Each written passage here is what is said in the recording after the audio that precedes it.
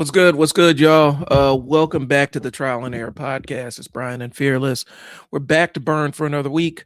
I think we're going to wrap up our conversation about limiting beliefs or whatnot. And whatever conversation comes may come with that. Again, my name is Brian. I'm a marketing consultant, video strategist, video marketing strategist, whatever. Um, and my goal is to get as many people recording as possible. But I'm also locked into improving myself and helping others kind of take on the same path.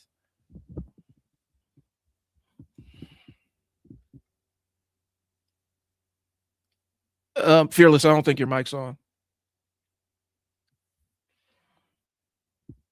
Your mic's not on. Yeah. Yeah, let me I'll see if I can unmute it on my side. Nope. Whatever reason your mic is muted. Yeah, sorry about that. Oh, no problem. So, I think that was on me. Sorry about that. okay. No problem. No problem. So, let's see. Last week we were, and I'm going through our outline here. Mm. This is okay. Yeah, we got through several of them. Okay. Well, was it soft power, hard power, or was it limiting beliefs, man? I think it was soft power versus hard power, All right. and then all the things that kind of go into that. Got But it. here's the thing, though: we didn't go chronologically. We're just kind of bouncing all over the place. Got you. Got you. Got you. So I probably need to change the title of this. I'll get around to it. So we're preempting that conversation to talk about soft power versus hard power and stuff. Um, and I will find a land. I'll find a starting place. All right. Let's see. We were talking about the difference between soft and hard power. I think we can establish a baseline of that. Um, from a governmental standpoint, hard power is more like the ability to physically arrest you, put you in jail, detain you, remove you of your rights, things along those lines. Soft power is, you know, I consider laws like legislation and laws kind of a form of soft power because it's the laws are only as good as your The ability people to that enforce them. abide by it. Right. And if you got people that don't abide by it and nobody gonna check them, then laws are soft power. They're suggestions, Mm. right? Yep, And so, um, and that's what we're seeing now. The that, but here's the thing: we've been seeing it for for I want to say forever, but it's always a thing of I make rules for you to follow, yep, but I don't necessarily need to follow them myself. right. And And when you do that, you have kind of what we have now, which we have what's called a cacrostocracy, where you have a bunch of people who are, and I mean on both sides, not just one, that for the better part is basically worthless. mhm. Well, they're You know what I'm almost saying? And at least when it comes to governing people, these motherfuckers can barely govern themselves, let alone somebody else.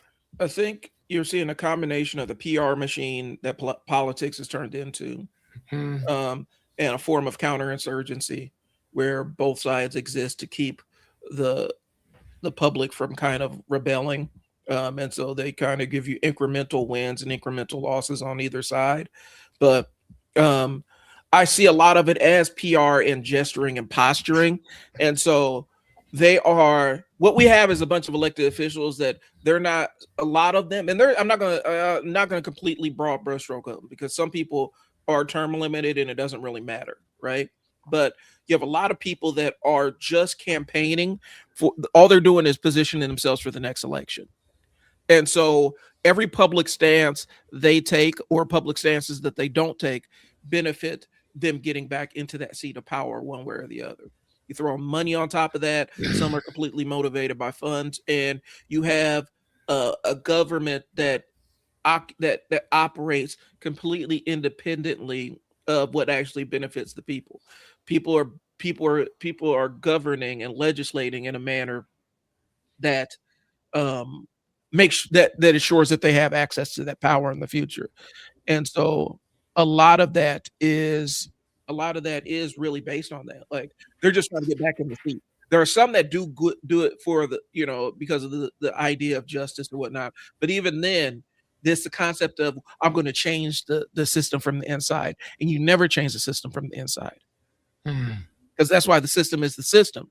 The system has the power to compel people that are trapped within it to operate within its parameters, and you never change it from the inside. But they get in there trying to fight the good fight, mired down. Like I'm trying to propose this piece of legislation that's going to improve, somebody's life measurably, and you're up against people who are like, well, I mean, but it makes me look bad, and I don't want to look bad. mhm, Because I don't want to look bad. Either I'm going to vote against or I'm not going to support what you're doing. And mm, those are the two political factors that you have competing. And that was the problem with the Citizens United ruling that allowed unlimited money to get dumped into politics, where we said money is free speech and corporations are people. mhm. That's what it created. Let me acknowledge a couple of people in the chat. Hey, how's it going? Was it Think Free? I like that. Thinker Free. All right. And Chris, what's going on, man? Trust a politician so little, one could tell me it's raining. I'll be standing outside and still think they're lying. Yeah, Yeah, because yeah, I feel the same way. there are so many that it's kind of like the way I've used it because I've been in the corporate world where you're dealing with somebody who's climbing, like obviously trying to climb, Mhm. and politic, and you never feel like an interaction with them is genuine. You feel like they're Right. playing it for an advantage all the time, every time you interact with them, and Mhm. a lot of politicians when you interact with them, if you interact with them, because I've had the fortune to be able to interact with politicians that aren't campaigning at the time, and when you interact with them in real life, they act like real people. But when they're in campaign mode, when you're vote mode, it becomes a different person. Right. And I think the idea is one of the biggest problems is we've turned every election into basically a big popularity contest, Yeah. and we treat it like American Idol.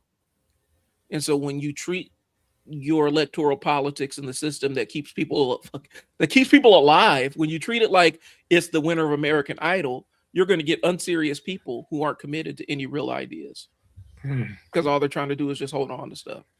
right. So there's a lot there. All right. Now, I'm with that. All right. So what's the next? I think we were talking about because we're on wealth and power, um, and social media creating illusions Did of power. So I think we can pick it up there because that's kind Did of you about talk halfway about through. structural power versus personal? We did, but we can always rehash it because not everybody watched last week. Yeah, because I like the idea of that personal power comes from traits like intelligence, charisma, and networking, whereas structural power comes from systems such as laws, institutions, ownership, and policy. Hmm.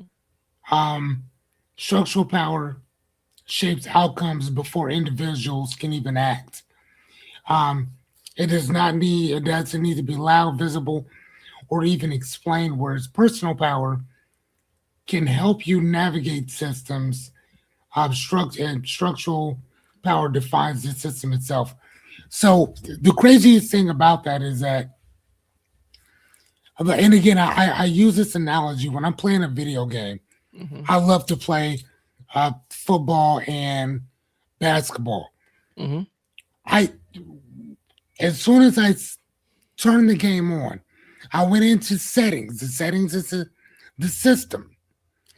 I set the bar so high for myself and low for everybody else that even if I lose, I don't lose. Right. So it doesn't matter what team I use, doesn't matter what team I'm playing. You can have a 98, I can have a 45, and I'm gonna still beat the shit out of you. Not because your team's better or my team is better, but because I rigged the system before we even started. Right. And if I see that you're starting to score on me more, guess what I'm gonna do? I'm gonna go back into the system. I'm gonna change some shit up a little bit so you don't do it again. That was a perfect analogy, and it explains. So so when people talk about what is systematic racism, what is race, I just gave it to you Mhm, in an analogy of a video game. It doesn't matter who the players are. The system is set for you to lose. mhm. Period. Yeah. It doesn't matter. Again, even when it updates, guess what? The system's still the same. Unless I go in and I change the system settings Mhm. itself, I'm gonna beat your ass no matter what you do. Yeah. It That's kind of it. it goes into that was a Neely Fowler basically said if you don't understand racism, everything else you think you understand will only confuse you. And it goes into the structural system of, we even talk about, and I'm getting in the weeds here, but let's talk about it. We talk about black children in school curriculum. And even when they have black teachers, the school curriculum's constructed in a way that is not really made for them to benefit, derive maximum benefit from it. It's made to make the white students that are in class with feel comfortable. And you could take that black Right. student and you could make him an indigenous student, you could make him a Latino student, you could make him native, you could make him anything, make Across the him or board. her, you can make it him or her. The school, the way school is structured is to for the comfort of whoever the the society's dominant population is. Mhm. And the lesson plans aren't calibrated for the success of individual students based on their background. And Mm-mm. so I went to a school that was well, it was relatively kind of progressive in the 90s. King Science Center. It's named after Martin Luther King. And even there, um, the way that the way that history was taught, it was taught from a very um, you know European. European Eurocentric mindset where we're talking about, okay, I got to acknowledge the chat too here. I got to stay on top of that. Um, Okay. but is set from a very Eurocentric mindset so that the main characters were always drawn as the settlers and the colonists and stuff, and not the indigenous people that were here, the enslaved people that were here, the Mexican people that were already that are already living here and stuff. it We never got their frame of reference. Everything was from the colonizer's mindset, and that was the perspective. And I don't think people understand how insidious that is, where you're hearing somebody else's history told to you and narrated and dictated to you like it is your history, Hmm. and it is not. And All right. it's not even the history teacher's fault. That is how the curriculum is approved and That written. it is a system within itself. Mhm, So again, you can change out the students, you can change out the teachers. Hell, you can even knock the building down and create a brand new one. mhm, No matter what you do, the system will stay in place. And until that system is changed, mhm, it doesn't matter. And here's the thing, and I want people to understand something. We're not talking about just a black and white thing because it's yeah. not. It if you go to China, it's China is fairly homogenistic. Mhm, Okay. Um their books are gonna be based on them. mhm, If you go to certain countries in Africa, it's gonna be based around them. In America, for us to be such a salad or melting pot, it's extremely ironic how majority of our textbooks are only based around one type of individual. mhm, And that's the issue that certain people may have about this, that if we're all equal, matter of fact, I'll explain it like this. There should be no, there should literally be no such thing as Black History Month. It shouldn't be. mhm, Like to me, it shouldn't be, because if you taught things equally, everybody would have their own day, mhm. or not. I mean, it was like, oh shit, this Lithuanian guy did this. This dude from Harlem did this. This guy over here did this. I was just listening to this lady who was talking about Malcolm X's autobiography. And if you watch the movie, even if you don't read the book, if you watch the movie, Mhm. there's a guy in there named West Indian. What's his name? West Indian Archie, right? And apparently, this dude had this knack for remembering numbers Mhm. like nobody's business. And he wouldn't write anything down. He just remembered them. And there's this thing in psychology where it's like where they talk about like little small geniuses, like little small Einsteins. I want you to think about it from this standpoint. Think about the multitude of genius, the multitude of where we would be if a certain individual or certain individuals, plural, didn't try to run and rule and destroy everything. If superiority did not exist and everybody's like looking for the new and best thing Mhm. to bring us up as a society, prisons would still be around, but you wouldn't have near as many by no means. The college rate, for the most part, I think half the population would probably be in school. Mhm. Right? And the other half, or I would say the other quarter, would be off doing their own little thing, but creating some amazing things just as well. And we would be, I'm not going to say it would be like a utopia because there's always going to be problems, Mhm. right? But racism, systematic racism, discrimination, all that, especially when it comes to education, kills things so much that you're killing your own progress to to spite your face. Yeah. And think about the people that we have in prison right now who are serving life in prison for drug related whatever, who are multi geniuses. Yeah. When I say multi geniuses, I mean these are the people who could be doctors and lawyers at the same time. Like you're talking about people that mentally are so whose IQ, if you want to base it off of IQ, is in like the 250s. I mean, if Yeah. you think about it, I think your boy Oppenheimer, that his Oppenheimer. name, Yeah. IQ was off the scale. But what they did not tell you about him was that dude was batshit crazy too. Yeah. He tried to kill one of his professors. He tried to poison a motherfucker. But you didn't hear about it. You don't actually, let me rephrase that.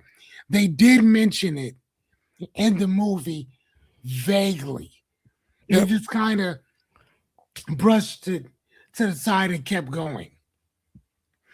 But the guy who helped create that bomb Mhm. was a fucking nut job. Yeah, he was. But again, if you're watching a movie, you don't, they're not talking about that. Mhm. And again, and that's kind of what we're talking about with with showing a particular narrative one particular way, where it makes it look like, oh, he just had an issue. No, he didn't have a issue. That dude was crazy as shit Mhm. in general. You know what I'm saying? And but again, it wasn't really touched on like that because that wasn't the narrative. But at the same time, though, I mean, the same guy who, what did they mention?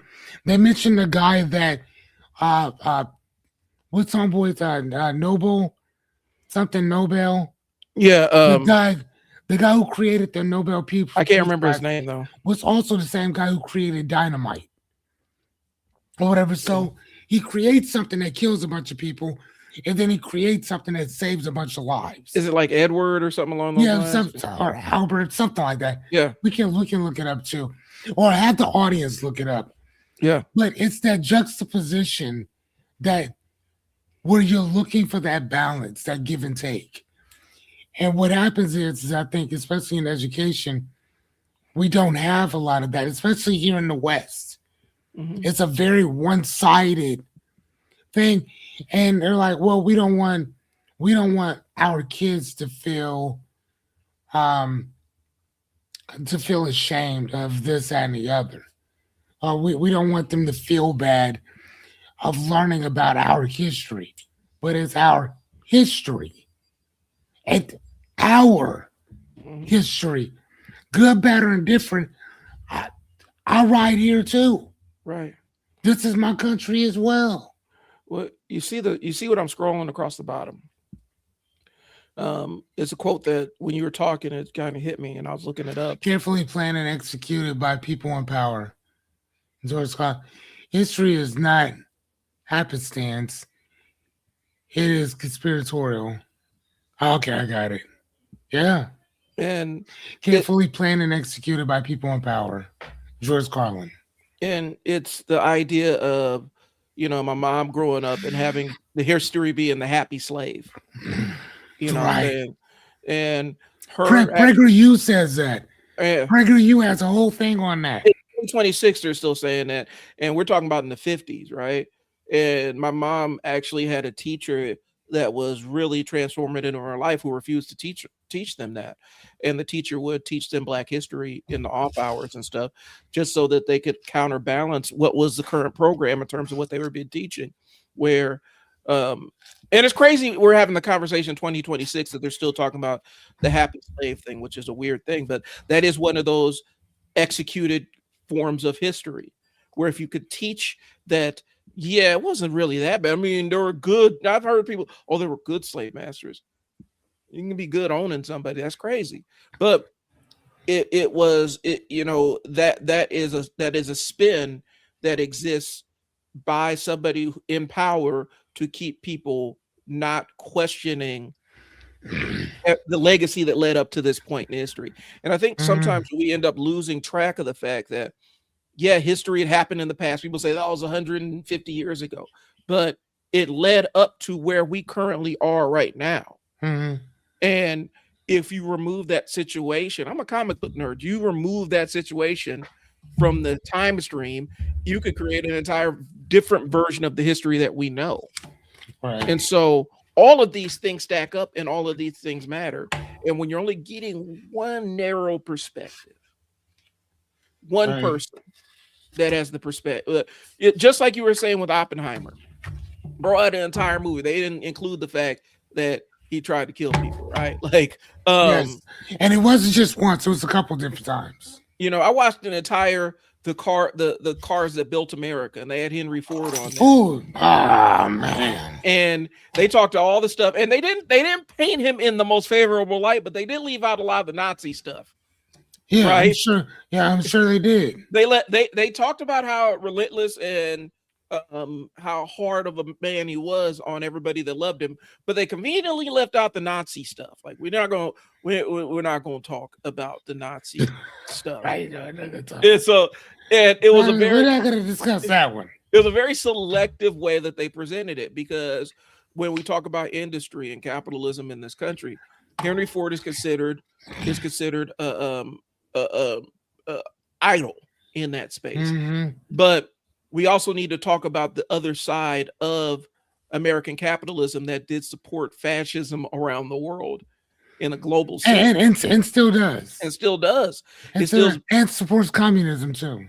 it supports both ends of the thing. There's a Yeah. reason why Haiti is not the richest. It went from being one of the richest islands in the Americas to being one of the poorest islands in the Americas. It was a very intentional mechanism that constantly extracted every piece of wealth that they created. The book Hmm. I'm reading now, what was it? What's it called? Um, is basically talking about the whale, real. I got to pull it up. Basically, it's talking about the real history of Africa and how people have been extracting wealth from it, and not extracting in terms of a shared revenue or anything. It's extraction of wealth, trying to do it cheaper and faster, and not even caring what the collateral damage is to the people that live there. and in some cases doing maximum harm just to do it. Oh, it's How Europe Underdeveloped America by Walter Rodney. And so, Mm. um, I'm not gonna lie to you, man. I can't watch any. I can't read a lot of that shit anymore for a minute. Like, it's started that stuff starting to trigger the shit out of me. I gotta stop. So like I've been reading more of because which is really funny because I'm in school right now for sociology and philosophy or whatever, but still like I mean reading stuff that I have to read, that's one thing, whatever, but for funsies, I gotta read some fictional shit. I'm rereading the Dark Tower series because Perfect. I'm rereading that Perfect. entire from beginning to end and actually talking about it on my live stream. Apparently, there's a huge fan base for this because those are the videos that are doing the biggest numbers for me. Hmm. Um, Talking about how the Dark Tower is kind of this mishmash of pretty much every literary genre gets some representation. There's even a children's story in there. Like Oh wow, okay. it goes, it's a western, a horror, a sci-fi, um, slice of life. There's a children's story in there. There's even like young literature allusions, like Harry Potter esque stuff in there. Supernatural stuff, monster horror. Um, like it's all of it. And this is a far field, but it is what it is. This is how the show goes. Basically, when you look at it, if you want to understand Stephen King's entire universe and all the different books, The Dark Tower is the linchpin for all of that. And the way they describe it is every Stephen King story is another level on the Dark Tower. And so you'll see Needful Things bleed into the Dark Tower. You'll see The Shining bleed into the Dark Tower. You'll see It bleed into the Dark Tower. You'll see The Stand bleed into the Dark Tower. And it's seven books. It's actually eight books now. But they all tie together. And then you'll see like Harry Potter references in the Dark Tower. You'll Okay. see like like uh Like what? So do they mention it or he how mentions does it. that work? He mentions it, and it's all of these stuff like characters will cross over. Like I think the kid from The Shining actually ends up becoming a character in one of the Dark Tower books. Um Alien that is the same species as it is one of the villains in the book. The Man in Black, who's Randall Flagg, who's Walter O'Dim, who was the main villain in The Shining, is actually one of the secondary or main villains, depending on which book you're reading, in the Dark Tower books. If you ever want to understand Stephen King's entire universe and how like the magic rules and how the monsters work and all the other stuff, it's in there. Every time you're dealing with a monster that's unexplained in a Stephen King book, typically it came from Todash Darkness, and that is the space in between universes in the Dark Tower series. So, like The Mist, if you ever seen The Mist, You talking about when dude mopped his whole family yeah, and then oh my god, yeah, that was good. those monsters are Todash Darkness from Stephen King. Hmm. Um, Green Mile, the brother that had the special Yeah. powers, he had a version of The Shining, Dark I, Tower. I don't know what that means. The Shining No, is no. the Shining. If you've seen the movie The Shining, the kid's mental abilities, his ability to read other people's thoughts and all the other stuff, all the mental powers that they kind of alluded to in the movie, but in the book they kind of expand on a little bit. Um, his ability to do telekinesis and all the other stuff, that's considered the Shining. So any extraordinary powers that a normal human being is born with, or extrasensory perception, is the Shining. And so, like I said, I'm rereading the entire thing and discussing it for my live stream on Tuesday nights, and I'm getting a pretty decent response to it. But that's the fiction I'm going through right now. In addition to, you know, books about sales, and then this book about how Europe underdeveloped Africa. Gotcha. I wanted to read Soledad Brother, but that actually started pissing me off. Hmm. Soledad Brother actually started pissing me off. Um, if you haven't read it, it's a bunch of letters, and I want to say brother's name right, from um, George Jackson. is letters from prison. Um, Hmm. and I've talk, I've heard of it. yeah, and it's all of his collected letters. And basically, a lot of anti-prison movements are based on his writings and his perceptions of being a young black man who was kind of railroaded into the system and lived and died. And it's just his entire perspective of him doing self-education, and just talking about the politics of prison. There's a good book. It will piss you off. um, so anyway, the history thing. Back to the history conversation because Okay. um, we talked about structural power versus personal power. And we talked about how structural power has a corrosive, infectious kind of element to it, where even if you have the best intentions, if you are trapped in that system, you'll be infected with elements of it, right? Um, and I don't want to get into a whole capitalism leftist kind of thing, but that's really the critique of capitalism, of how it can have a corrosive effect on systems that are meant to benefit people, because you put a strong profit motive there. Eventually the profit motive interferes with the helping people motive. Hmm. And those are critiques of the capitalist system, where it's all about extraction of wealth and resources. And so that's the difference. And so that's the thing, like, it's a structural system, but it compels and kind of corrupts people that are trapped within it. um Okay. but personal power, like, reading that personal power can help you navigate through systems. Structural power defines the system itself. You are beholden to how your car's engine is built, right? If Hmm. you're beholden to what that engine can do, and the combustion system in your car. You can't It's very difficult to take your car from a gas car to an electric powered car. Super expensive. It's components that don't align, that don't match up. There's so much stuff that you got to do to swap it out, that it's not an easy thing to do. So you are trapped in the system that your car is designed on. The engine of our society is built on structural racism. It's built on capitalism. It's built on these things. You're constrained by those systems, and so your actions within those systems are still governed and dictated by those systems. So even if you do take any kind of action that is anti, it's still factored in and built into the system, because the system's always going to have some kind of concept of how to deal with rebellion. And in some Okay. cases, the rebellion is enough to keep everybody complacent, as long as they feel like they can rebel to a degree. Crazy work, Right. bro. Okay. Love the Shawshank Redemption. Yeah, that Shawshank Redemption is another Stephen King book. Yeah. Um, I it's didn't all read that book. I did read what was the other one? The Green Mile. I read that one.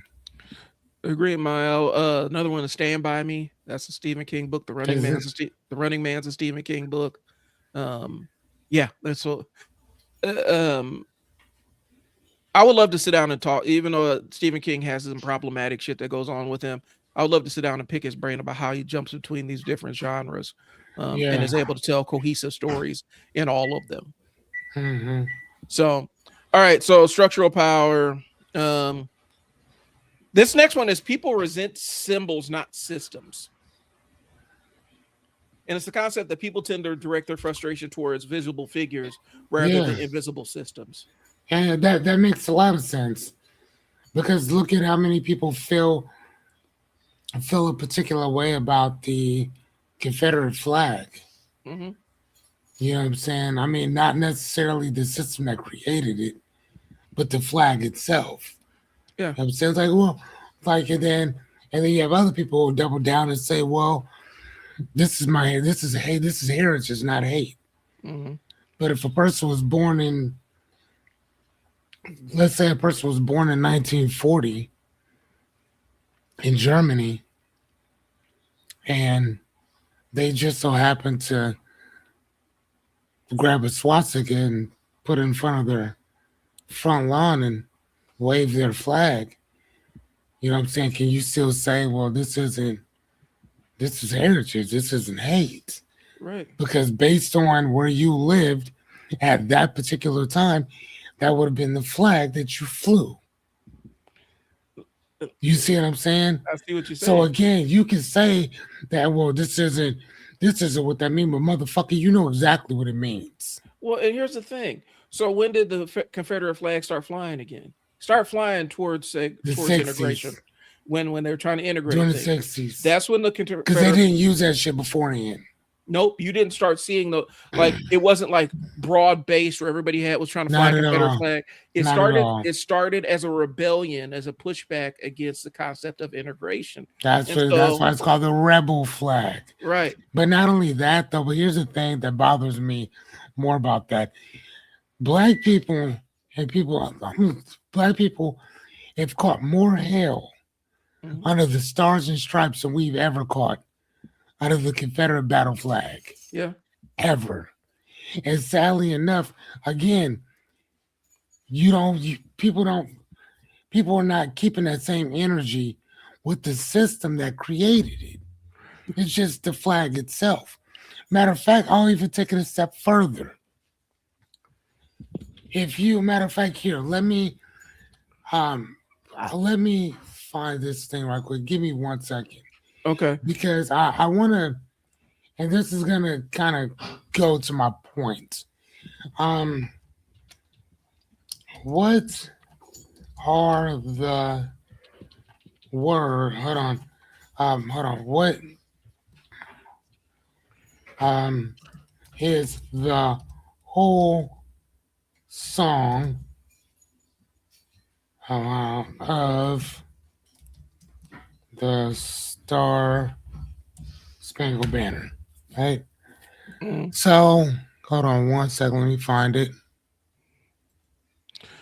Well, Go ahead.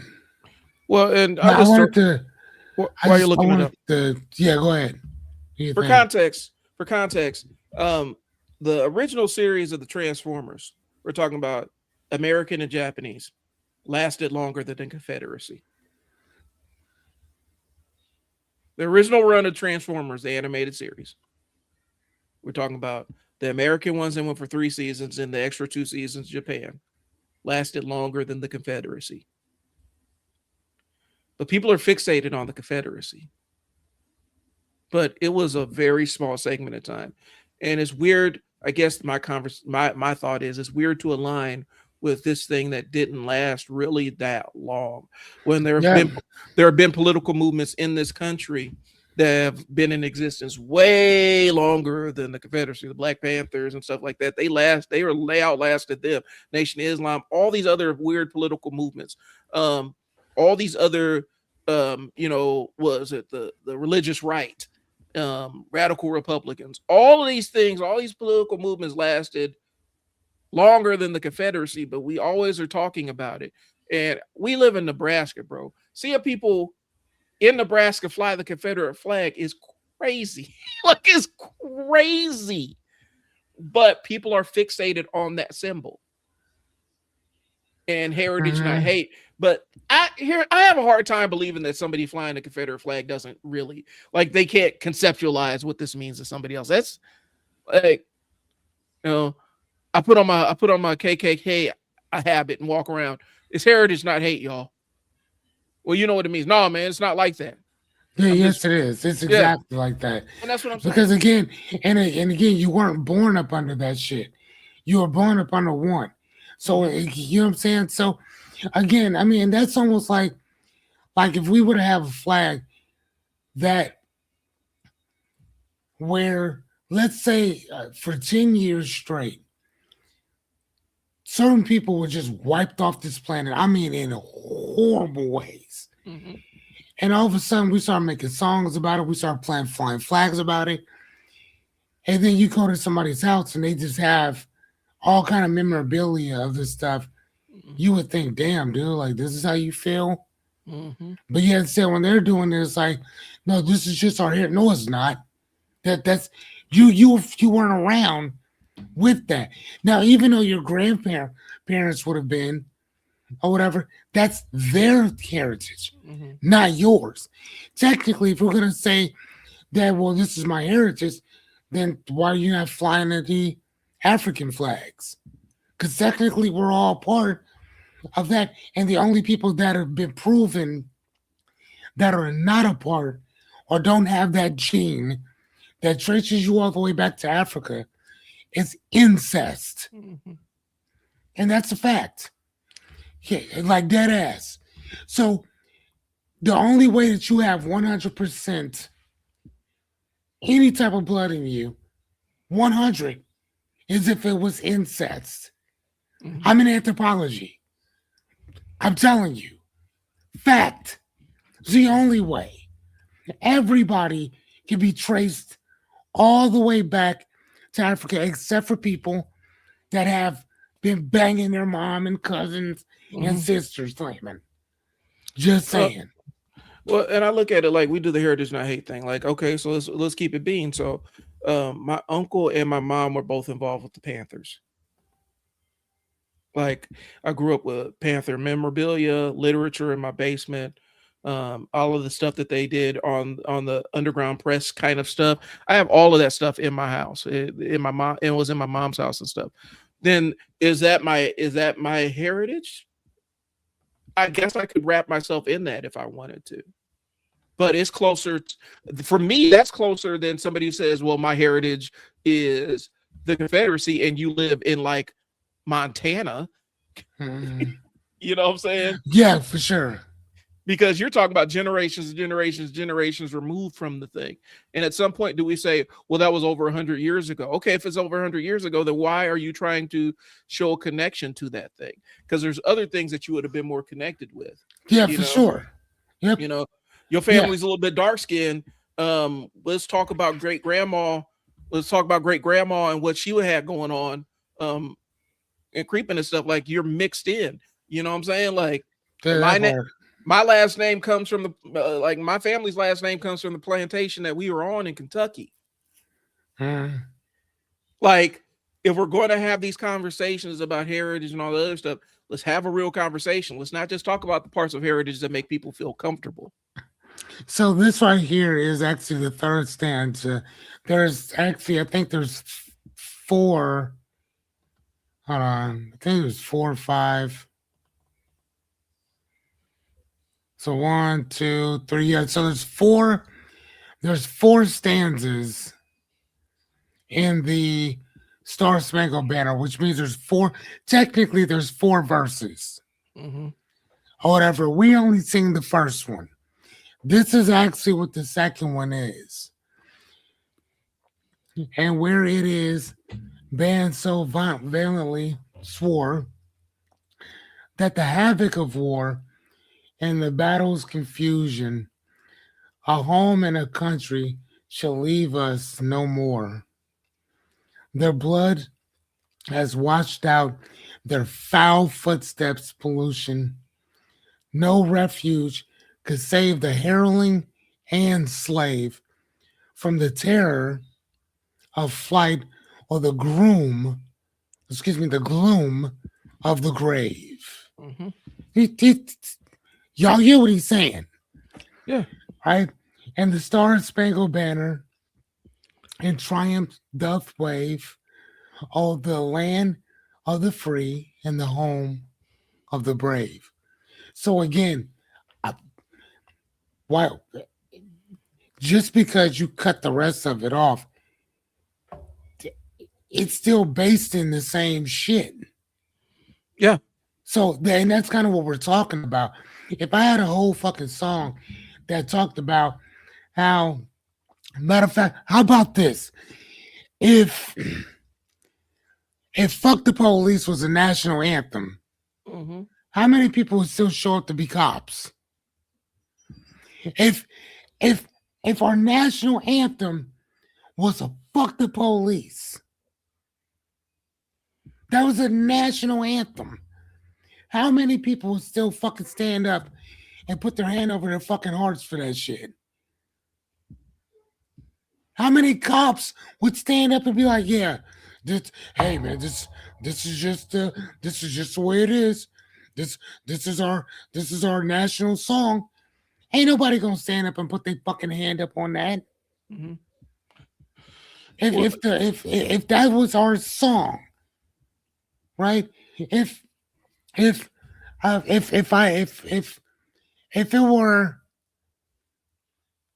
something about, you know what I'm saying, uh, people who lived in caves in the Caucasus Mountains, raping animals, eating boogers in caves, while they sister fucked their way through existence. Mhm. And this was a whole entire song.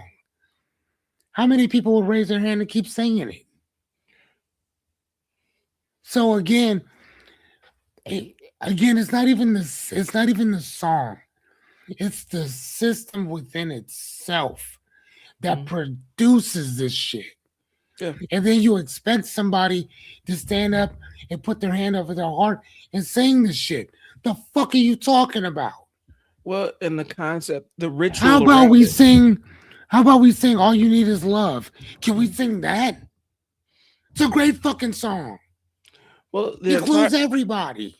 the entire ritual around it, like we saw people getting mad about the Black National Anthem, which is just a nickname for Lift Every Voice and Sing. They've been singing Lift Every Voice and Lift Sing. every voice and They've sing. been singing that since 1919. This is Every one of them. it was kind of tied to the NAACP before their meetings, and then it became something you would just sing at events where it's mostly black folks. They've been singing Kind of that. like June 19th, Yeah, how we were already doing it yeah. They've been before it became that. Fuck out they've of been here. singing "Lift Every Voice and Sing" and calling it the Black National Anthem before the United States recognized Star Spangled Banner as the national anthem officially. Really? Yeah. I did not know that. It's not, I'm not saying it predated the song. I'm not saying that Lift Every Voice and Sing Lift Every Voice and Sing predated the song, but the recognition of the national anthem, if I'm not Hmm. mistaken. Yeah, I mean, it was kind of Well, the when did they make it a song? When did what they take Francis Scott Key's poem and make it a song? I don't know. I have to look that up. So give me a second. Okay. Was the Black National Anthem before the national I, anthem? I, I don't think so, dude. I think that this would have came first, and then the other one would have came second.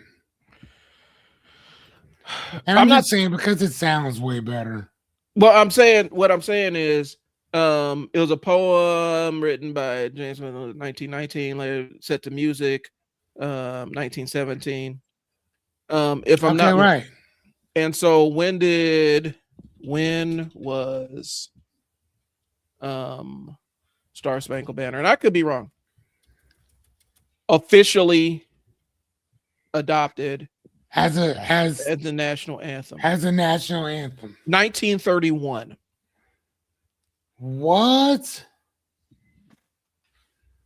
Stop. Send me that. March 13th, 1931. Hoover signed it into law.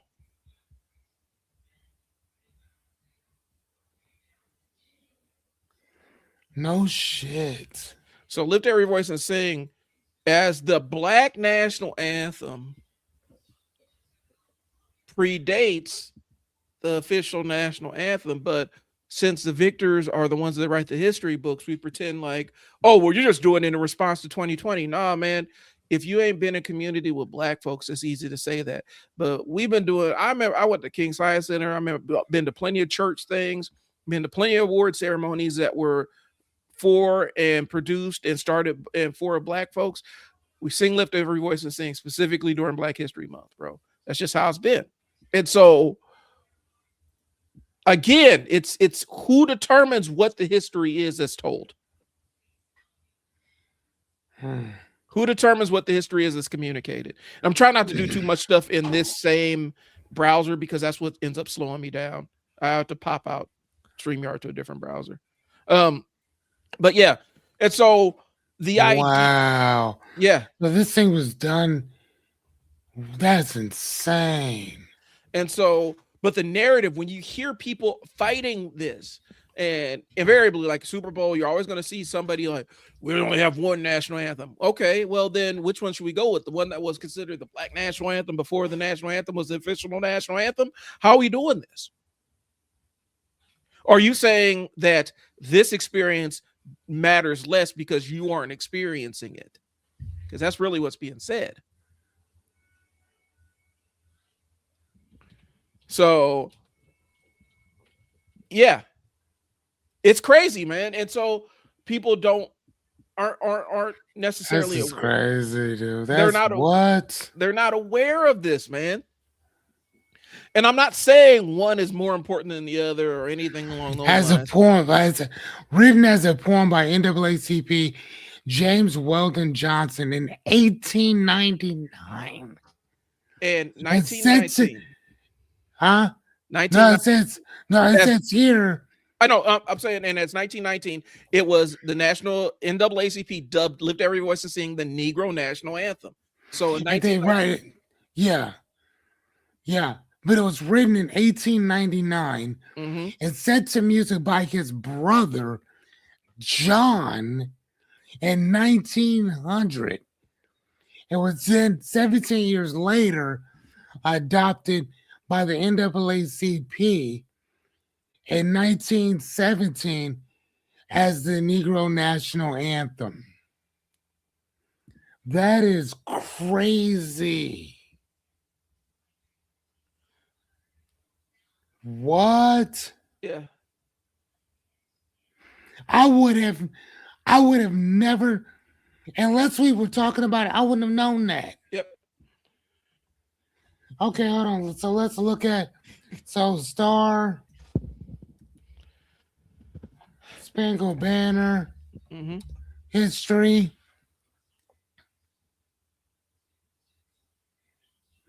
Okay, so Star Spangled Banner was written by Francis Scott Key in September 14th of 1814. yep,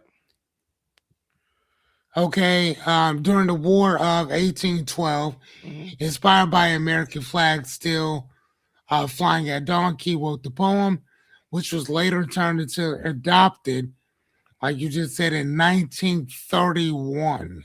mm-hmm,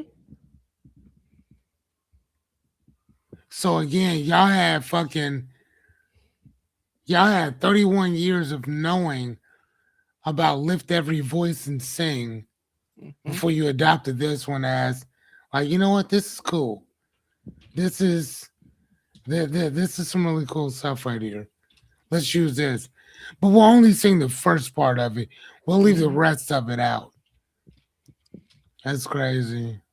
Well, and I know that there was like after 9/11, and this is something else people don't really understand. After 9/11, yeah, people always stood at sporting events and observed the national anthem, right?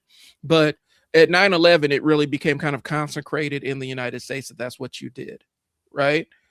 But it ended up becoming the narrative of, well, that's always what we did. Well, yeah, it happened, but it wasn't like as death as, Yeah, and specifically having the players on the field for that. yeah. Because that used to be, and if I remember correctly, it used to be the players would be in the locker room, come out after national anthem. Now having the players on the field, that was a 9/11 thing. But we act like it's always been that way. Well, it's really only been in place for what, 25 years? Last 25 years. And so, you know, the people that are in charge dictate what the history is. Hmm. Um, and that's kind of what it is, and it's meant to inspire, because this is the part where it sounds more it sounds a little bit more conspiratorial, but that's how they keep their power, by determining what the history is and saying this is our culture, this is what we do all the time. Hmm. Well, we only been doing it for the last 25 years in earnest. Before, it was kind Hmm. of an informal thing. And so we've been doing it for the last 25 years in earnest, but now it's what we've always done. Well, who determined that? Hmm. Well, the people who want to, who expected that the compliance with this. Those are the people that decided that. They want you to comply with this rule. Here's the thing. I worked at Boys Town. That shit was not, man, that shit was not optional. And I was there in the early 2000s.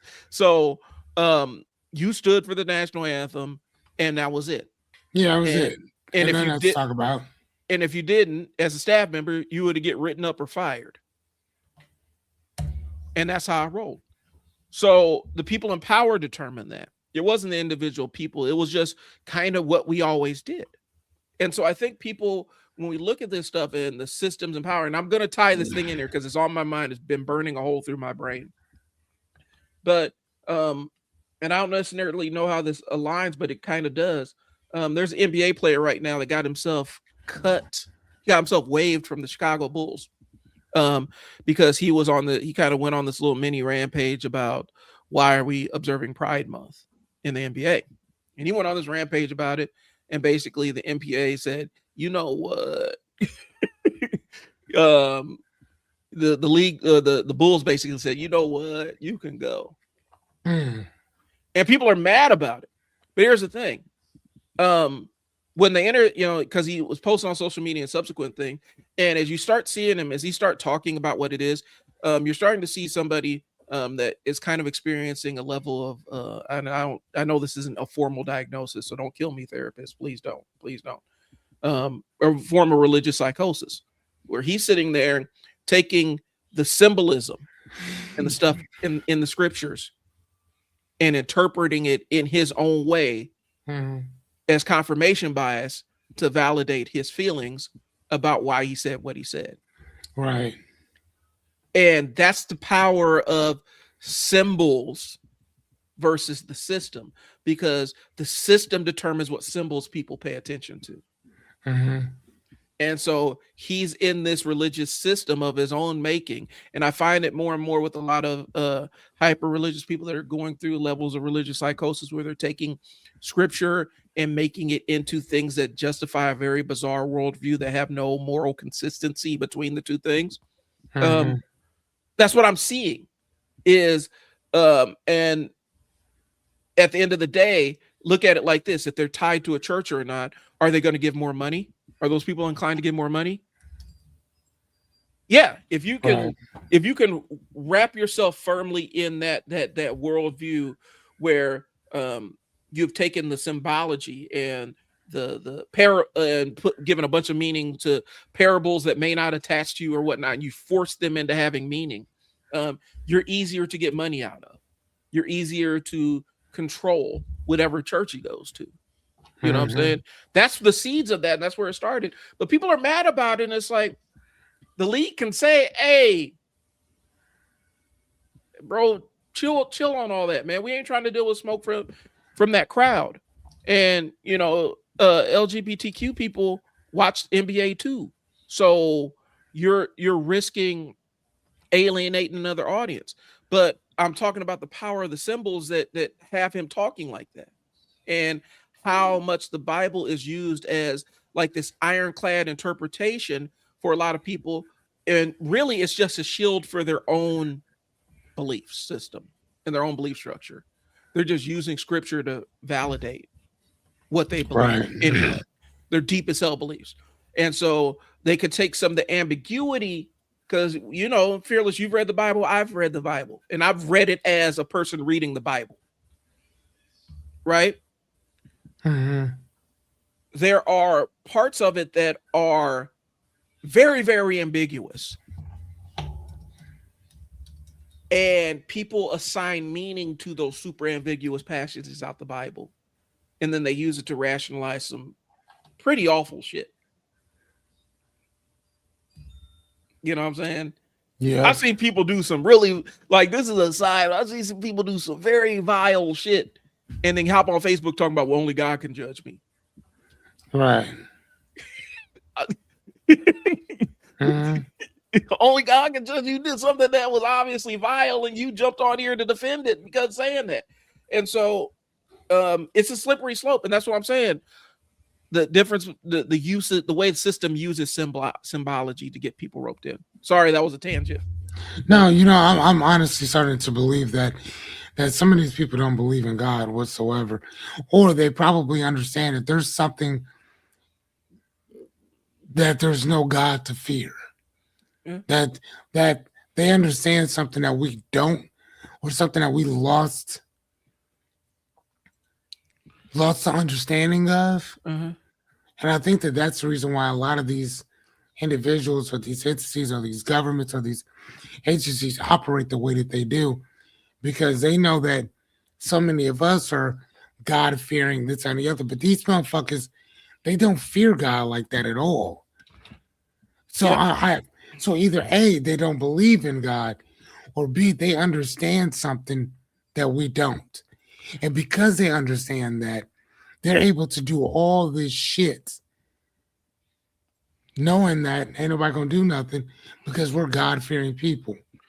And I mean, and I think that the more that people move away from the church, and I think that the more the people and I hate to say that it's just the church because for a lot of people that is their salvation. But you're You onto know what I'm something there. saying? I want you to go on. I want you to continue, but you're onto something there because I'm about to jump But into it. I'm about to feed into it. I just kind of think though that how else would you teach morality or you preach morality, but you don't do any of the same stuff? So again, I mean, and maybe it's because they have a very violent nature Hmm. to them in general. Like I don't know. I know that people end up being just like what the colonizers are Hmm. or whatever. So you're going to move the same way that they move, whether you want to or not. That's the culture you grew up in. You know what I'm saying? So like I was reading in my anthropology book that there's this particular tribe and country in Africa where to be by yourself, they considered it being like something's wrong with you, like you're going insane.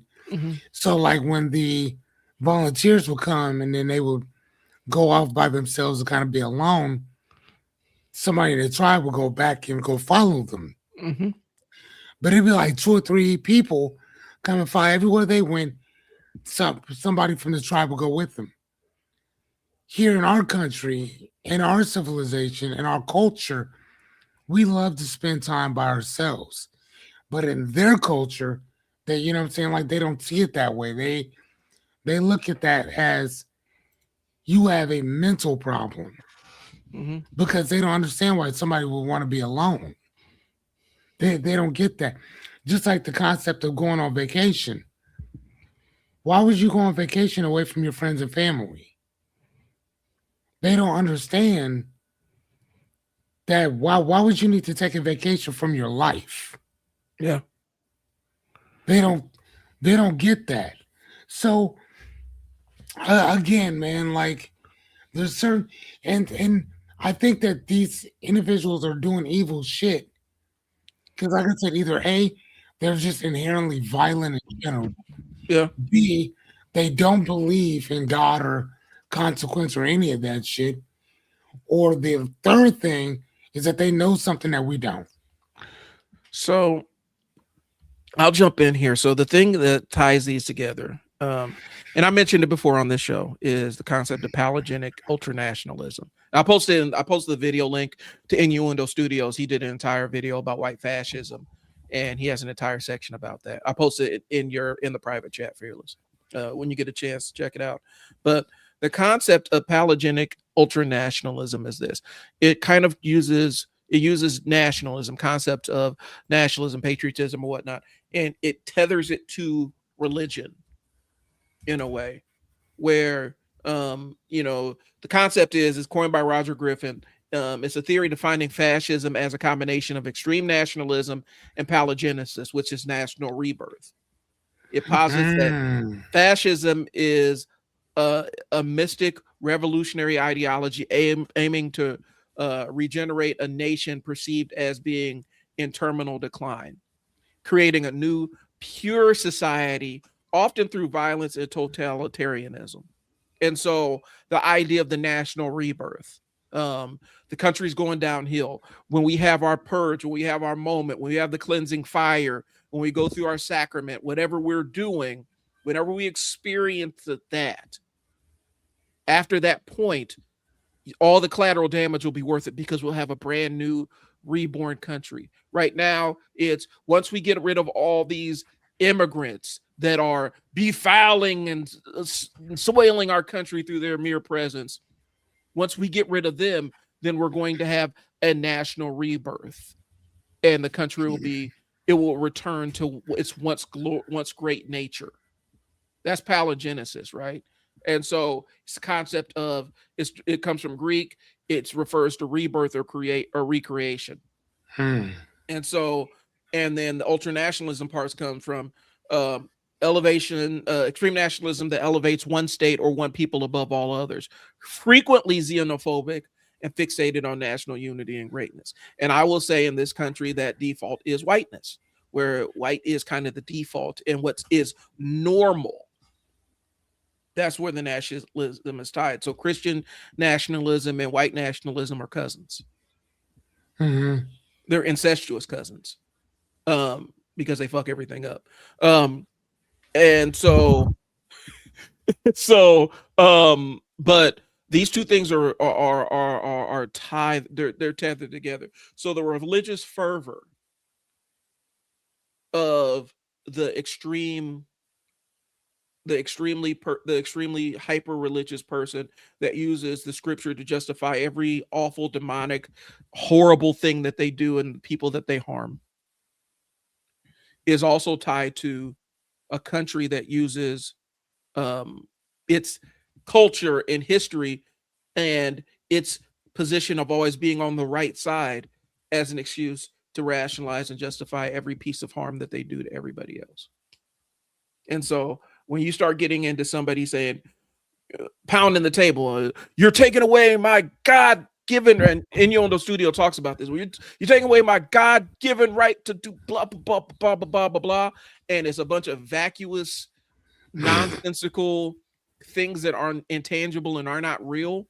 Right. You're dealing with palogenic ultranationalism. And I saw this at play with a friend of mine where he got into it. And this is during like Obama years, where you were talking about the healthcare thing. And I asked him, like, hey, man, what did you actually physically lose? Well, Obama, he's taking away my God given right. And I said, your God given right to do what? And he Hmm. could never give me an answer. What right don't you have that you had before he got in office? He couldn't give me an answer. Right. It's because his view of what the American system was fractured at that point, and he couldn't put words to it. It's a really weird thing, but the embrace, the hardline embrace of religion and nationalism is actually a component and feature uh of our American system right now. Yeah. And you don't have to rationalize it. It doesn't have to. It doesn't have to have any experience. It doesn't have to have any real world explanation. It just is. Yeah. You know what, man? I could be wrong about this, but um, just like with Nazi Germany, after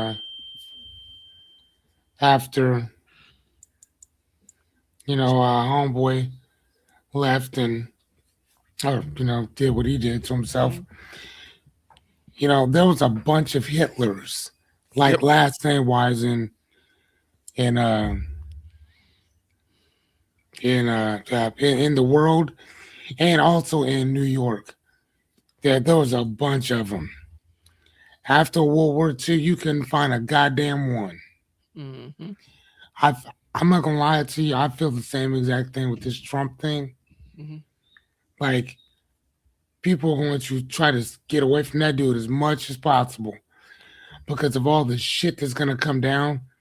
It's and that's the part that kind of it doesn't scare me, but I think that some of these people need to be prepared for what's gonna happen when this man is out of office and you have to atone for all the shit you did Well, while this man was in office. yeah, you got to mend the All relationships. I don't think that some of these relationships are mendable. That's what I'm saying. I And don't think that they are because you vote. Not only did you vote for this man once, but technically three times. mhm, You know what I'm saying? And knowing what this man was gonna do, because he told you what he was gonna do. mhm, Y'all can act like you don't believe him all day, but he told you what he was gonna do. And the greatest thing that I learned from Malcolm Gladwell in his show, Revisionist History, he said sometimes you don't need to look at. He said we spend so much time looking at the president.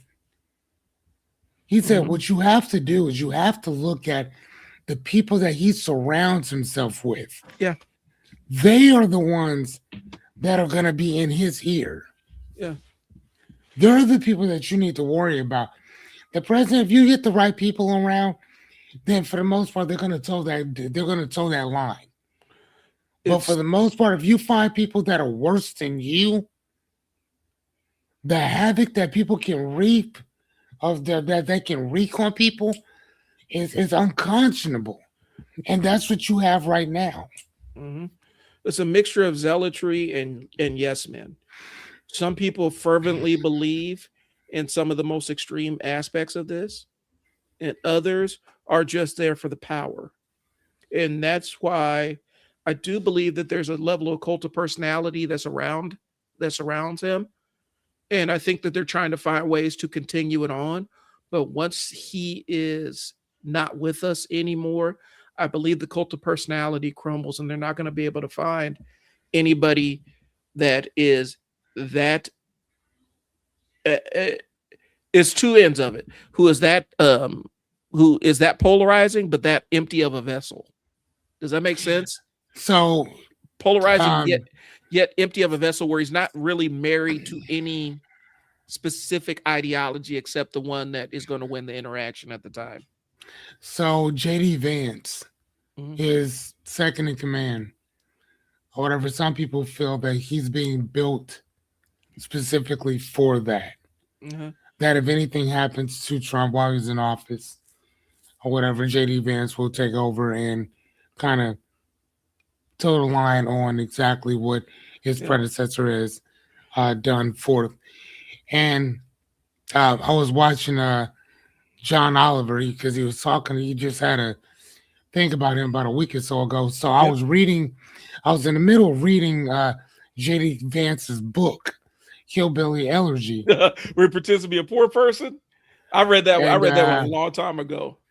and so they were, talking about that and looking at the stuff that he was talking about with his family and drug addiction and all that stuff of growing up in Ohio and Mhm. in Tennessee or wherever his family were had migrated from. But and then he was even talking about some of the friends that he had and this and the other, especially when he got into college and stuff. And you sit there and you wonder, like, okay, like you can understand where it's coming from. And here's the thing: he made no apologies about this white problem that was happening Mhm. in these rural parts of America. And again, he wasn't making it seem like, what I'm saying, like this was like a white nationalist type of thing. He was just like, dude, there were issues. Now there was some shit that he said that was like, okay, I think you're hitting the same thing I did. okay. Especially like when he was talking about Barack and he was talking about um, Bill Clinton not necessarily being one of us and being one of them. And then they're not feeling like Barack Obama was American enough or Hmm. whatever, and this, that, and the other. So, but then, you have him talking shit about Trump and this, that, and the other until Trump taps him on the shoulder. Then it's all balls to the wall. Why do we have to feel bad about being white? It's like, who the fuck asked you? Like, nobody, I don't think anybody's ever asked or said that y'all motherfuckers think about shit like that. Yeah. Nobody else thinks about Nobody that. else. And that's where it's like, Like, I, nobody thinks about that shit. and I've had to tell people like, hey man, don't try to pin your whatever guilt you carrying around on me. I'm Yeah, not carrying motherfucker, it. I ain't got nothing to do with I that. ain't got nothing with that. But here's the thing. So you watched it. His mentor, Peter Thiel, you're talking about Neo, you're talking about Germany. Grandpa left Germany when it became illegal to be a Nazi in Germany and took the family all over the world Okay. to find a place where they could openly be Nazis. And they landed in South Africa. There's a little encampment that they landed out that was carved out for German refugees where they could still practice Nazism. Ain't that crazy that That they would go there? If you want to practice that, why don't you take your ass over to Israel? But that's what he grew. And so here's what I'm saying. This is what Peter Thiel grew up in. This was his entire existence Hmm. until he grew up. And a lot of his policies ain't too far off from the Nazism part. It removes some of the more insidious parts. But like I said, the Curtis Yarvin thing that he's a big follower of, where the guy says some people are more pre have a higher predilection to being slaves. This is what Peter Thiel believes. There's also the man that is singularly responsible for elevating JD Vance to the space he's in right now. Hmm. And my part of contention with JD Vance's entire thing was, um, well, yeah, um, the rural poor white folks are feeling forgotten about, but it's like, but in this country, when have they ever not been the topic of discussion or been the Right. main perspective that they're dealing with? It's very fringe cases on a national level where they haven't been That the part. main. And so what we're talking about is rich white folks forgetting about poor white folks, instead of saying it is the white people up here that have forgotten about these rural Appalachian folks and are discrediting and making their lives incrementally worse every single time. Instead of assigning blame, he made it seem like, oh, well, and the way they stitched together was like, yeah, Obama and like you're making it seem like it was an Obama thing that they forgot about the rural, and it's like it's not. It's Yeah. the They. powers that be. Yeah. It's the system itself. You found the scapegoat. It's the system itself. You're scapegoating. Somehow you're making it the existence of non-white people. You're making it seem like it's our fault that the Appalachian people got forgotten about. And it's really, we've never been in charge on that level. We had one president, and his cabinet was mostly white folks. And it's still that one president didn't change the composition of um, a lot of the heads of universities. It didn't change the heads of these corporations and Fortune 500. It didn't change the racial demographic or shift the demographics of any of these places that aren't connected to directly to the White House.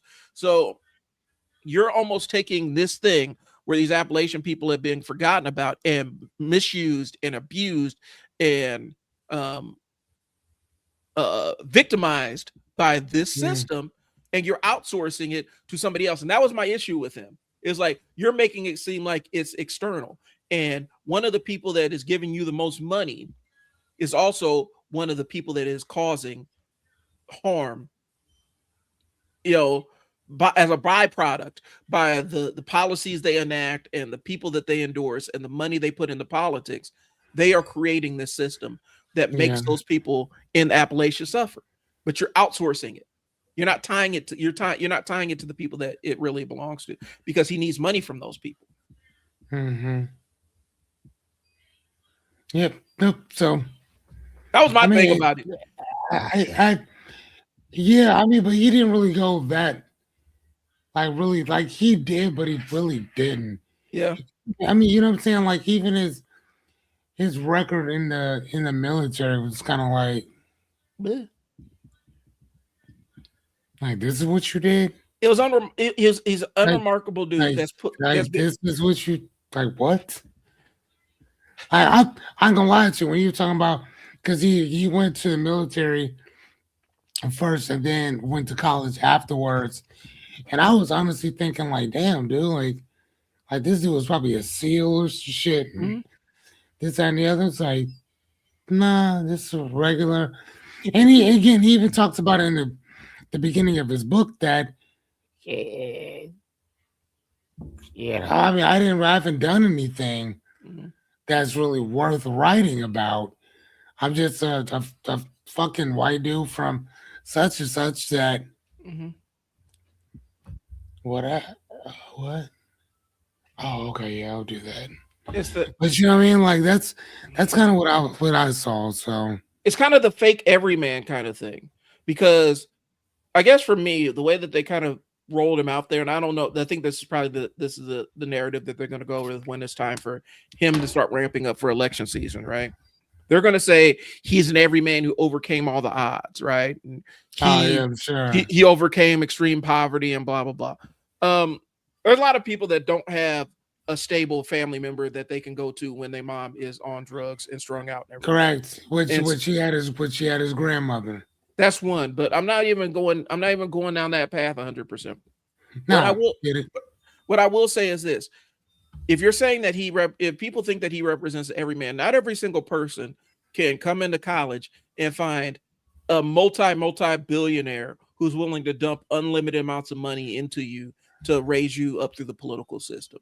That as soon as one of the gatekeepers decides to let you in the gate, you are no longer part of the rest of us.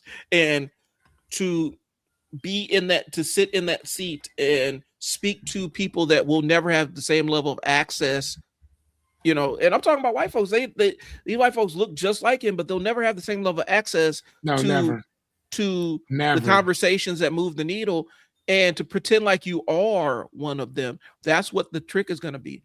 I think that the cult of personality, I think that it is a unique component. I think they're grooming him for that spot. I don't know if there's enough to keep him there, because you have to have a level of um where you don't have any real beliefs in anything at all, any point in time. And you have to be Mm, willing to trade those beliefs at the drop of a hat to win the interaction. And that's what Trump is. It's ultimate salesman, bro. Like the ultimate salesman who doesn't really believe in anything except winning that thing, mhm. whatever he's going for.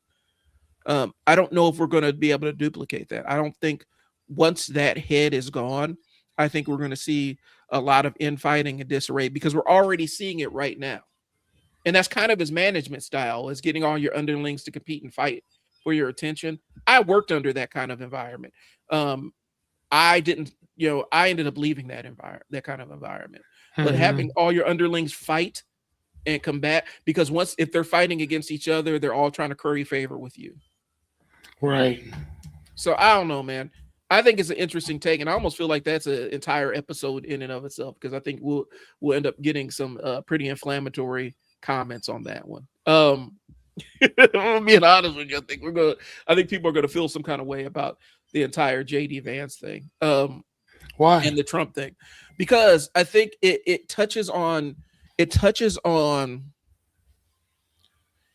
third rails in this country that people don't want to acknowledge. Um, Mhm.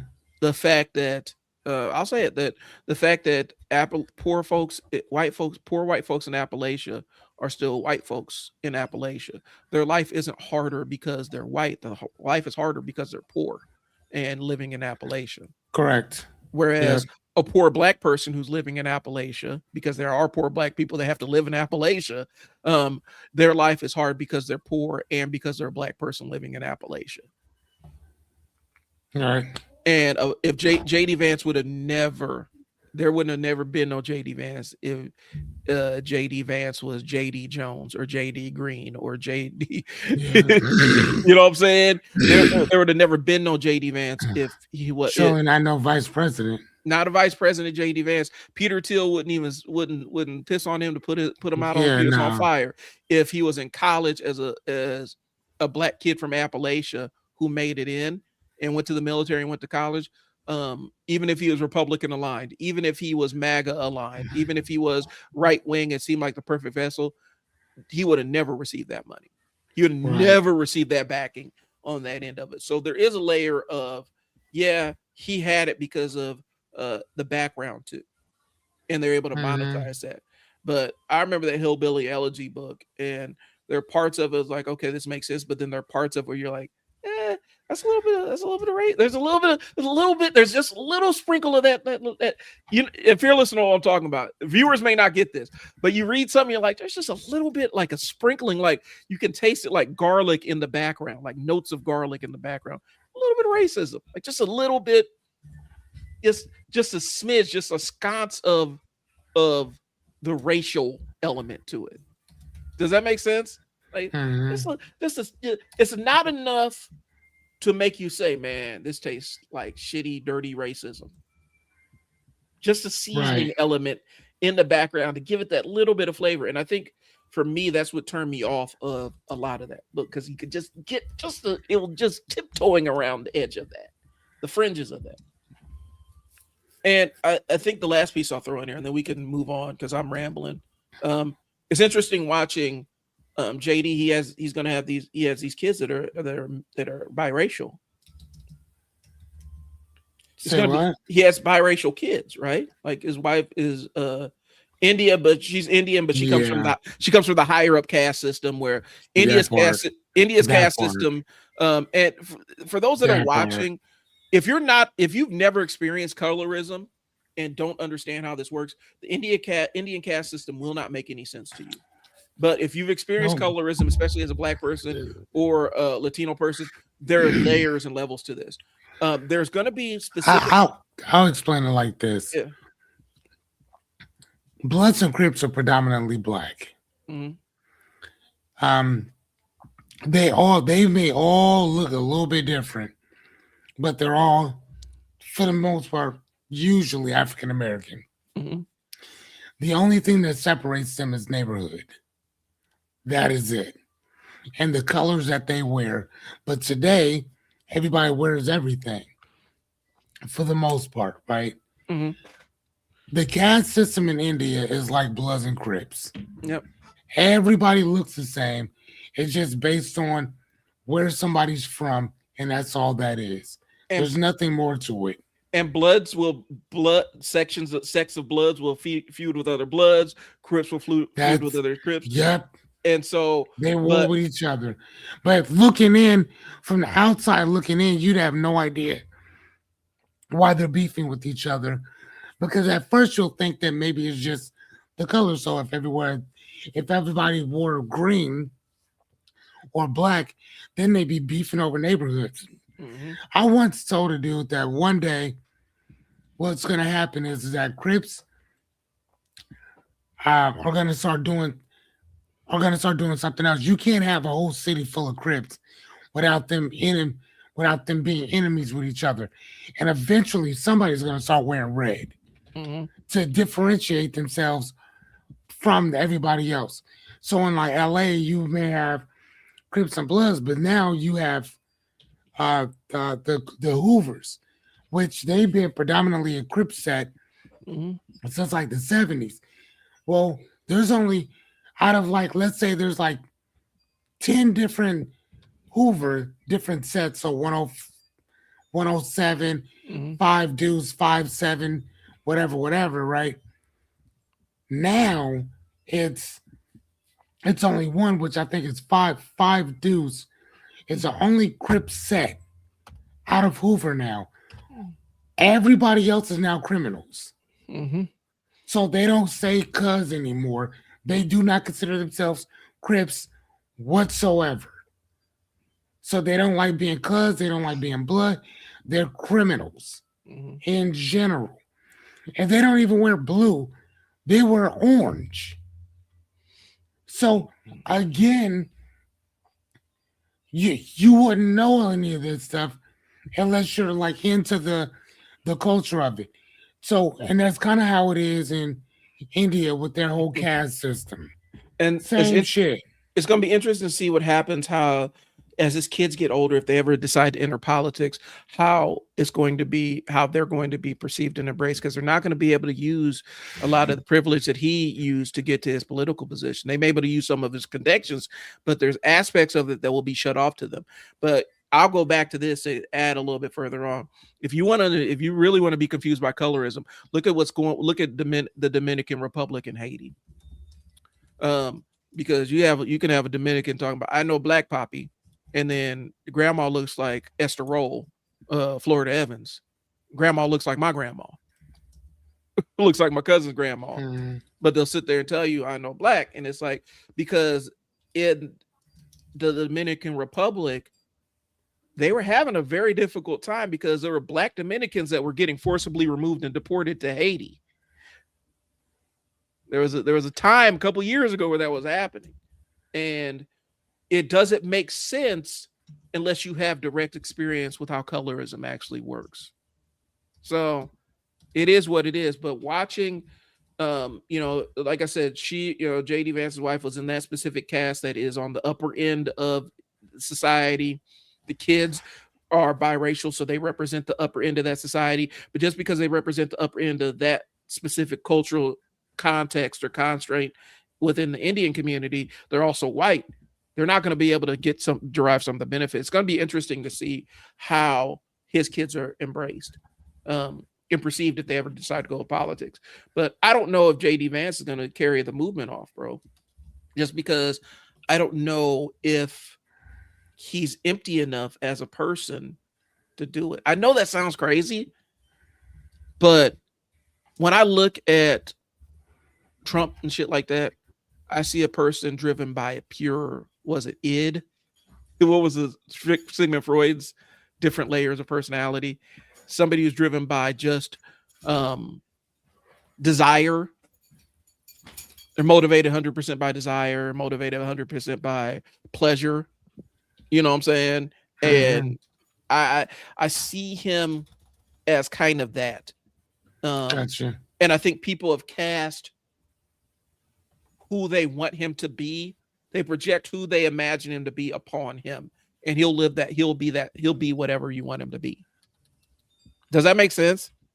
And Mm-hmm. so, because most of the people behind him are voting for him, have this core set of beliefs as Republicans, or not even Republicans, like right wing MAGA, because MAGA is kind of its own party at this point. Because most people align with that, he's going to embody what they like. And the people that are putting money in his pocket, he's going to embody what they want him to be. So I think he's a very unique case of somebody that, and I had to look it up, a very unique place. I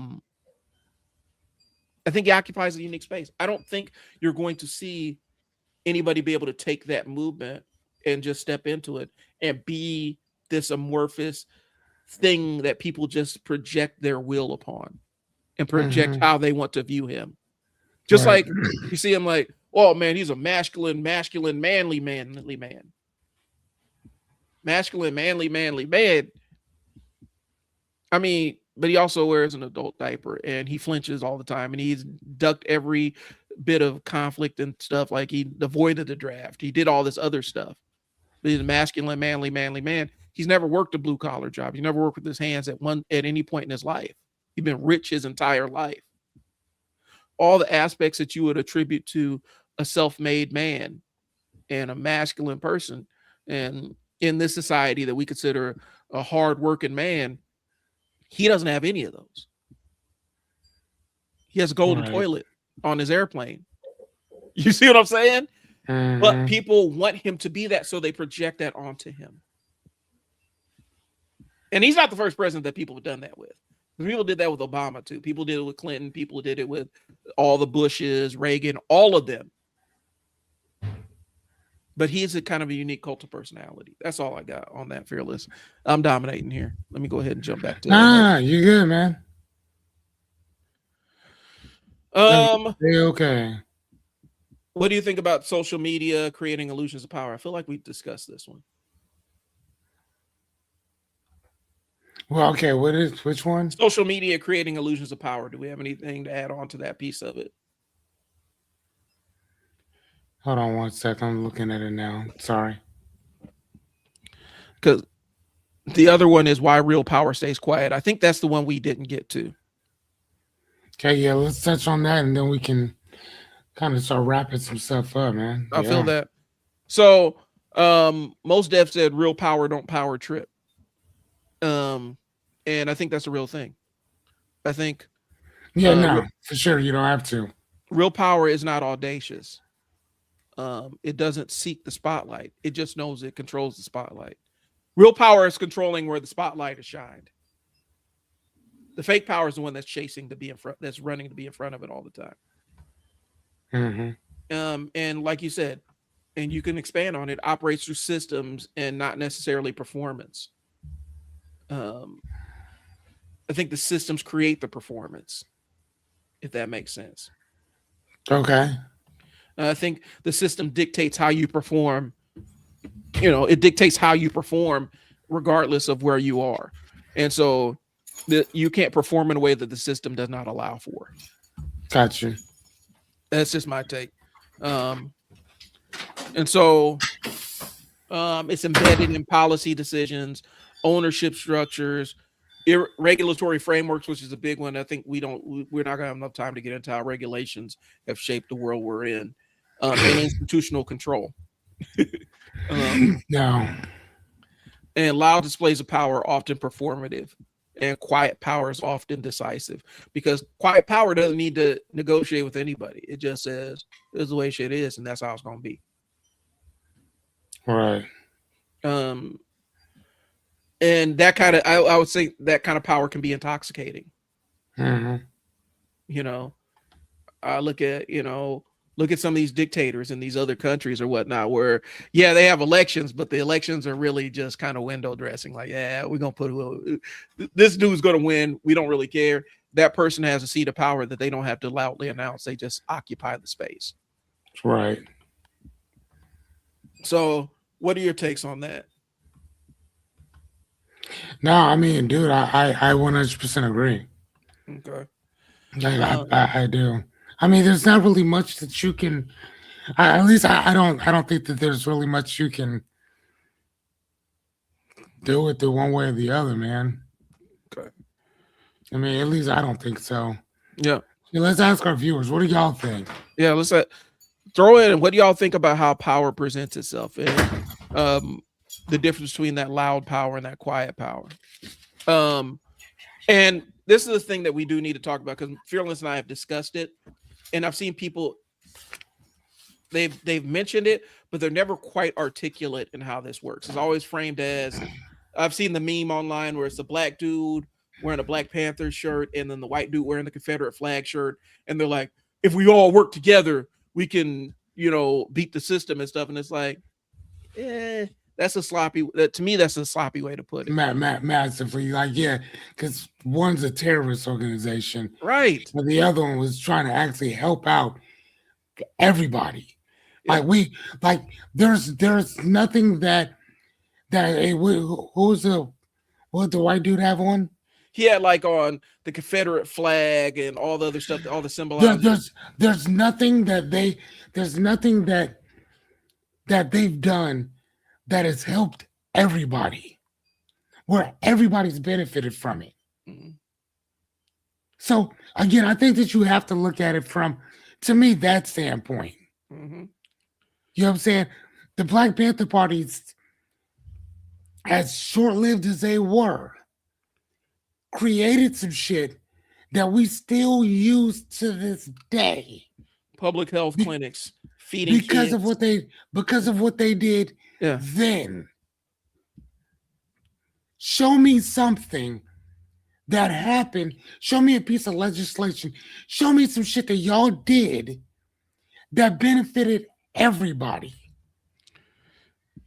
I mean, let's keep it being. The Like, Ku you Klux, see what I'm saying? the KKK was Show born me out. anything. The KKK was born out of the post Confederate movement.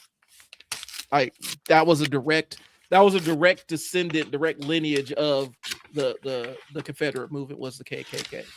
Like they wouldn't exist. Those are a lot of former Confederate, like people Yeah, that are for really sure. tied to the Confederacy.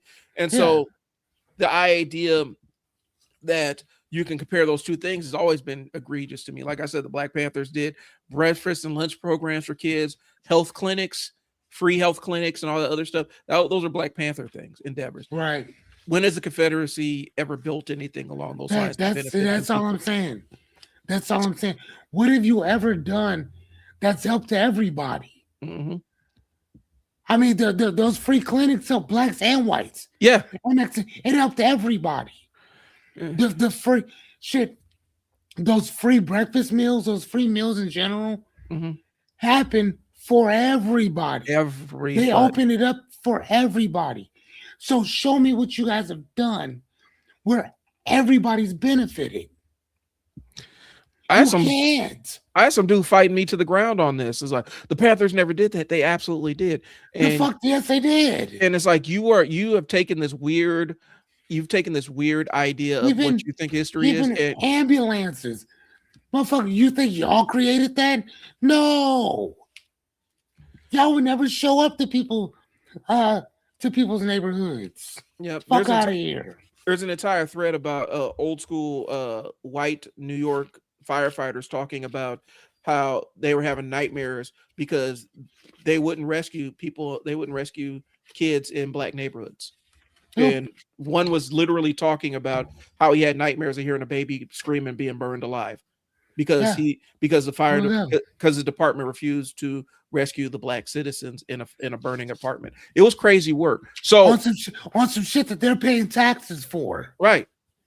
So here's the thing. Even if you didn't give us reparations, cool, okay. Pay us back for that part. Yeah. At least pay those people that you didn't protect back. Give them their fucking money back. And it was a program, like it was a department at the time. It was an informal department policy that only certain people get rescued, and other times they would show up to the building because they had to come out to the call, but they wouldn't go in, and they would hear Right. kids and women and men screaming to death as they're getting burned alive. That's a real Yeah. thing, and y'all can look this up online. There's documented cases of firefighters who were in that era who have PTSD because they didn't agree with it, but they were forced to go along with it because if they ran into that building, they would get burned alive because they wouldn't get any support from their departments. It's a real thing, and it's not slanderous to say.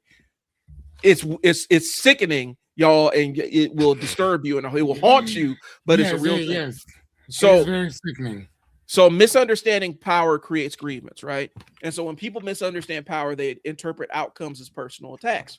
And so that's why when when Bush two, I think it was Bush two, when he decided to saw the legs off the economy and it all collapsed and the stock market collapsed and the housing market imploded and all the other stuff. That's why people think it was Obama's fault because he just happened to take over after the bottom had fallen out of everything. Right. They had ascribed that to him because they don't necessarily know the power dynamics at play that were existence before the person that they are mad at taking space. And so it leads to misdirected anger, it leads to resentment, it leads to confusion. That's how scapegoating is a very powerful tool to alienate people because people aren't necessarily aware of the power dynamics at play that created the situation they're currently facing.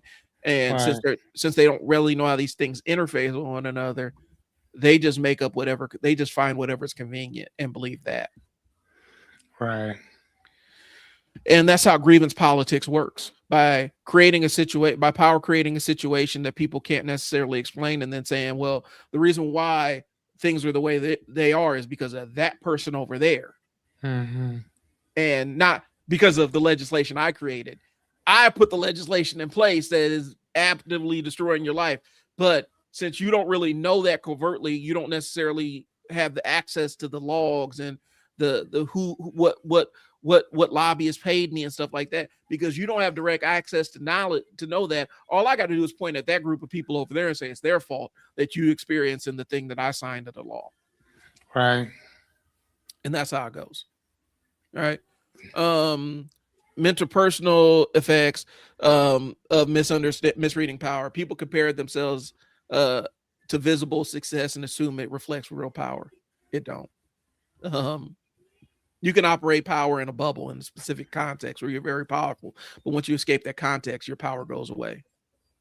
Ask R. Kelly and Diddy how that worked. Mm-hmm. Right. But again, though, man, the system itself. But then I mean, again, you had real you can power. you can change the people, you can change the situation, Uh-huh. you can change whatever. But if you do not change the system, it will it doesn't matter who or what you are. The Mm-hmm. system is the system. And once that system changes, everything else that's attached to it will change. But it is only if and until it changes. Uh-huh. Otherwise, you're not going to change anything. Yeah. Nothing. So even if you're a black dude and you're a multi-millionaire, it's not gonna matter. It'll help, Mm-hmm. but it's not gonna matter Yeah. because the price of what it is still what it is. Period. The system itself has still stayed the same.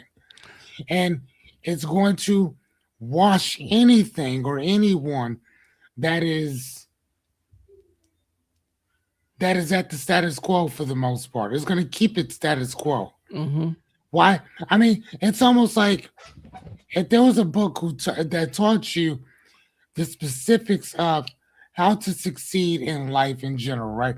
If there was a book that taught you how to become a multimillionaire, right? Mhm. And this book was so amazing that it was helping people like all walks of life become millionaires, right? Mhm. Do you know what would happen to that book? Or it costs a it'll either get banned or it'll cost $1 billion to get access to. Let's say that people just for some reason, I don't know what this book was, has made more millionaires than anybody else. It taught you a step-by-step system, and this system actually just so happened to work, Mhm. right? That book will go out of print almost quickly. And then or updates will be made of it to switch some stuff around Make it least or whatever effective. to make it least effective. Mhm. Because the objective is for the society that we live in, there has to be bottom feeders. Mhm. There has to be. Yeah. It can't And here's exist. the thing, I'm not gonna lie to you. I understand. I get it. You know what I'm saying? Like we as a society, we love looking down on people. You know what I mean? Like seriously, like would you really want a $70,000 car if everybody else could afford it too? Mm. You wouldn't give a shit. It'd just be like any other car. You know what I'm saying? To be able to go somewhere and say I can do this and you can't feels amazing. Well, the I mean, let's go ahead. Patrice O'Neill called it the promise of middle management. Ooh, the promise Correct. of middle management. I mean, but no, but see, it's more than that though. It's not just the middle management. Mhm. That's just what it's called. But taking it a step further, when when you're still in a rat race and I'm not, Yeah. you know what I'm saying? When you got to get up and go to work, but I don't. When my life and my family, we're good. You should probably get out there and go try to make it. Like even if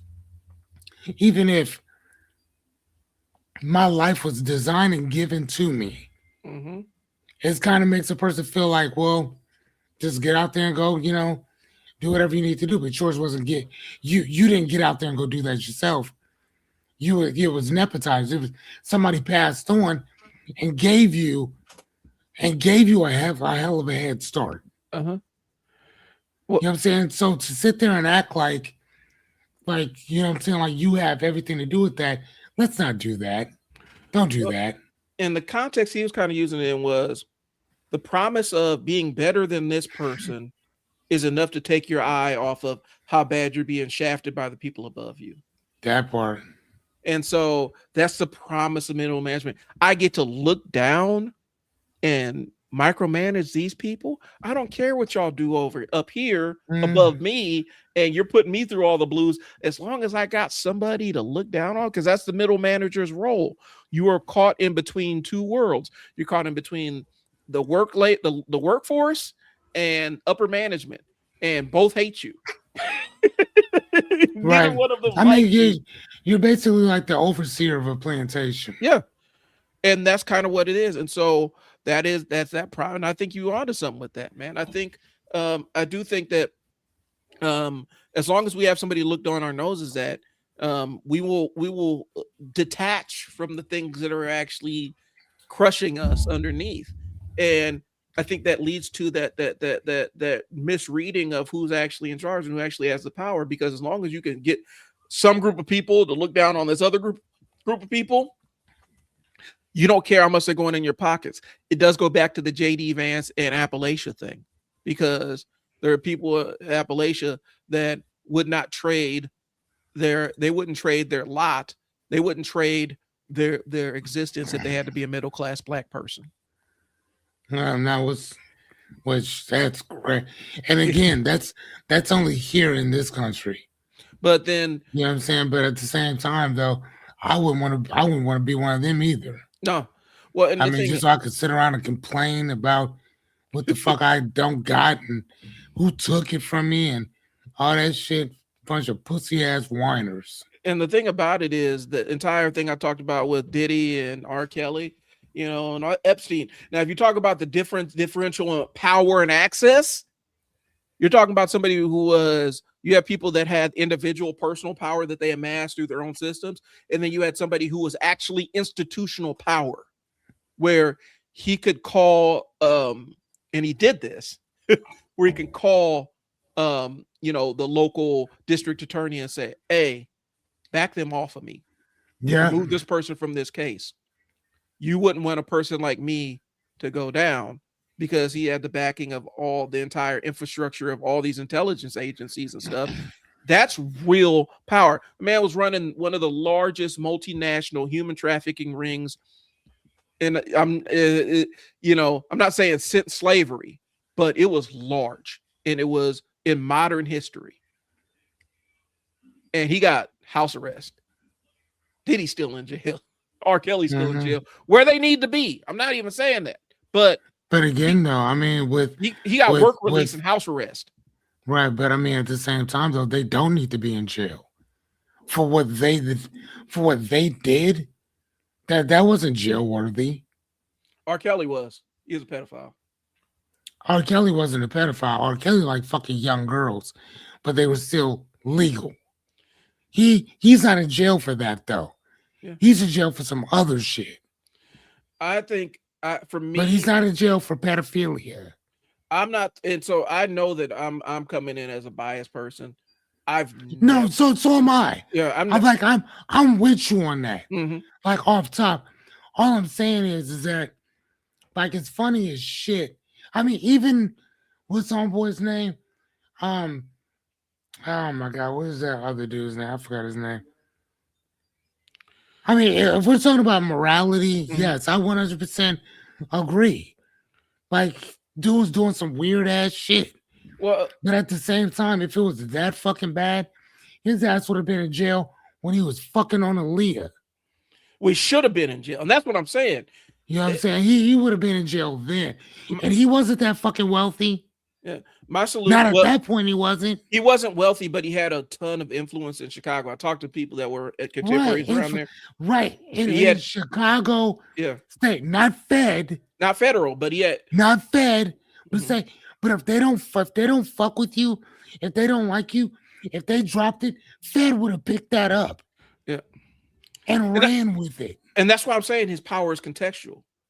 It was contextual and limited to that's what I'm saying. His base of influence. I mean, even whooping old dude, even whooping Cassie's ass.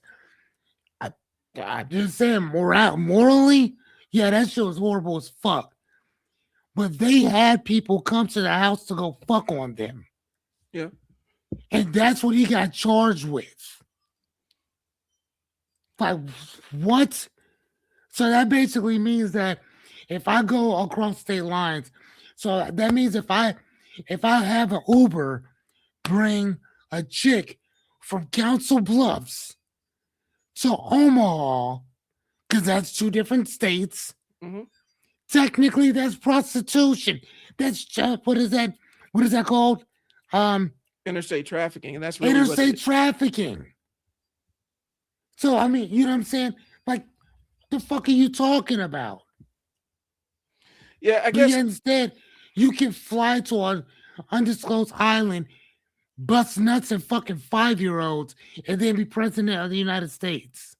My thing is, fuck out of here, man. I'll toss them. In my opinion, I'm tossing them all kind of in that similar basket. But what I will say is this: on the Diddy and R. Kelly front, I think they realized it crossed the horizon where I could actually go to jail for this at some point in the way, and that's why they spent so much money, because they knew, like, oh, I can get jammed up for. It wasn't a surprise to either one of them that they ended up getting jammed up, is regardless of how they acted. I remember for Diddy, I think he was more surprised than R. Kelly was. Yeah, and because think about the people that Diddy knew.